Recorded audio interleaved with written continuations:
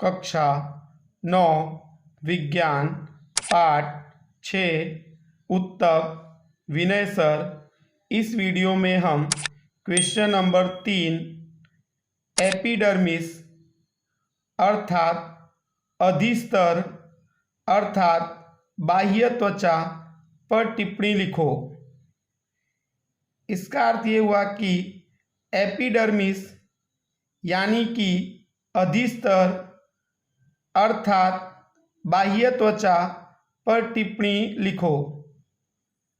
पहला पॉइंट, वनस्पति के अंगों के सबसे बाहरी परत को एपिडर्मिस अर्थात अधिस्तर अर्थात बाह्य त्वचा कहते हैं।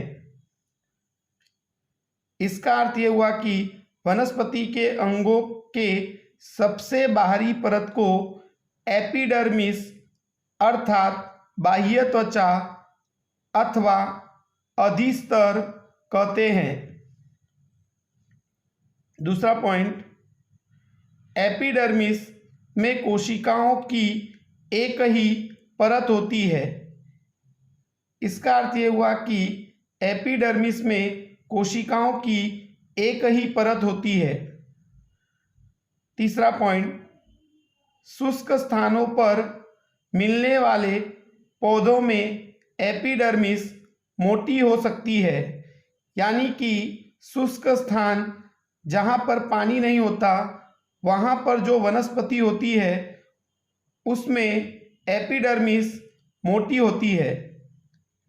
चौथा पॉइंट, पौधे की पूरी सतह एपिडर्मिस से ढकी होती है। यह पौधे के सभी भागों की रक्षा करती है, यानी कि वनस्पति की पूरी सतह एपिडर्मिस से ढकी होती है और यह वनस्पति के सभी भागों की रक्षा करती है। पांचवा पॉइंट, एपिडर्मिस की कोशिका पौधों की बाह्य सतह पर एक मोम जैसी जल प्रतिरोधी परत बनाती है। यह पानी के व्यय के विरुद्ध यांत्रिक आघात यानी कि चोट और परजीवी कवक के प्रवेश से पौधों की रक्षा करती है। इसका अर्थ यह हुआ कि एपिडर्मिस की कोशिका पौधों की बाहरी सतह पर एक मोम जैसी जल प्रतिरोधी यानी कि जल को रोक सके ऐसी परत बनाती है। यह पानी के व्यय के विरुद्ध चोट और परजीवी कवक के प्रवेश से वनस्पति को रक्षा देती है अथवा वनस्पति की रक्षा करती है। छठा पॉइंट, एपिडर्मिस की कोशिका का मुख्य कार्य पौधों की रक्षा करना है। इसका अर्थ यह हुआ कि एपिडर्मिस की कोशिका का मुख्य कार्य वनस्पति की रक्षा करना है। सातवां पॉइंट, एपिडर्मिस की कोशिका में आंतरकोशिकीय अवकाश बिना संलग्न परत बनाती है, यानी कि एपिडर्मिस की कोशिका के बीच रिक्त स्थान नहीं होता, यानी कि जगह नहीं होती है, वो एक सतत परत बनाती है। आठवां पॉइंट, एपिडर्मिस की कोशिकाएं चपटी होती है। इसका अर्थ यह हुआ कि एपिडर्मिस की कोशिकाएं चपटी होती है। नौवां पॉइंट, कोशिका की बाह्य तथा पार्श्वीय कोशिका भित्ति उनकी आंतरिक कोशिका भित्ति से मोटी होती है।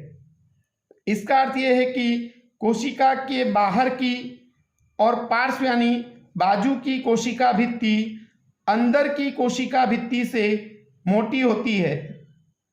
10वां पॉइंट, पत्ती की एपिडर्मिस में छोटे छोटे छिद्रों को स्टोमेटा अथवा वायुरंध्र कहते हैं।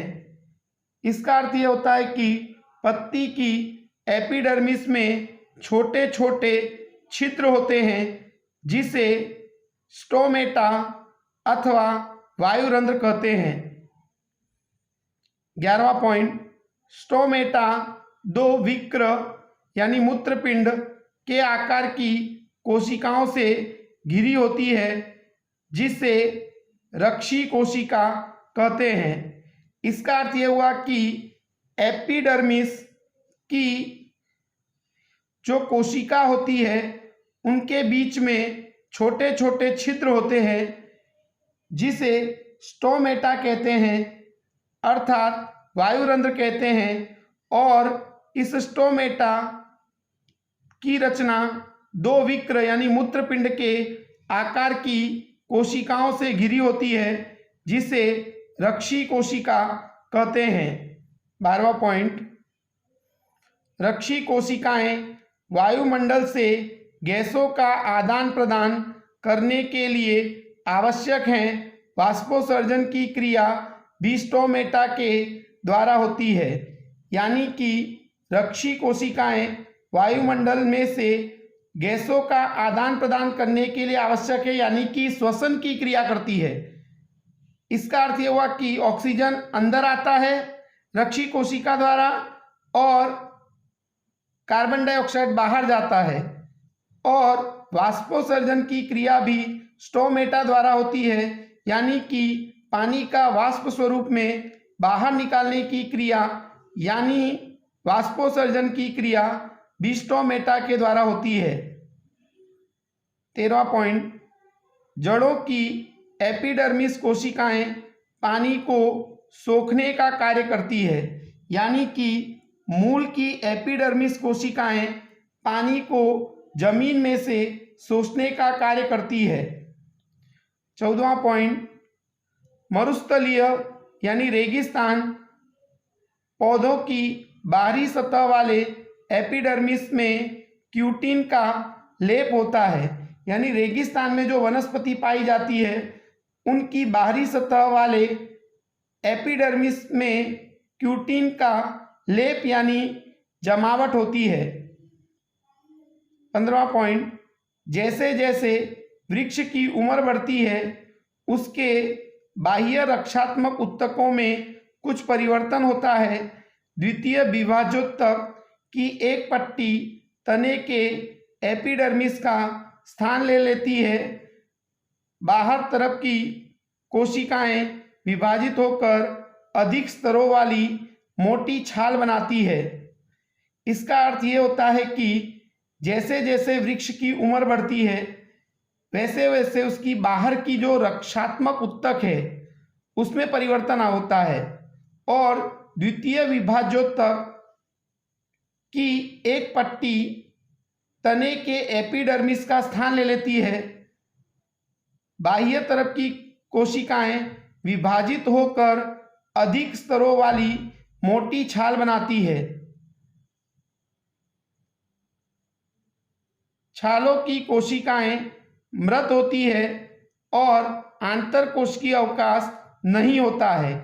इसका अर्थ यह हुआ कि छालों की जो कोशिकाएं होती है वो मृत होती है और उनके बीच में रिक्त स्थान यानी आंतरकोशिकीय अवकाश नहीं होता है।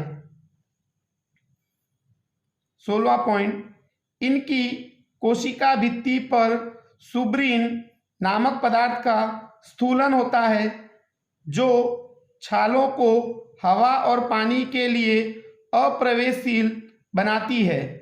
इसका अर्थ यह है कि छालों की कोशिका भित्ति पर सुब्रीन नामक पदार्थ का स्थूलन यानी जमावट होती है जो छालों को हवा और पानी के लिए अप्रवेशशील बनाती है। Thank you.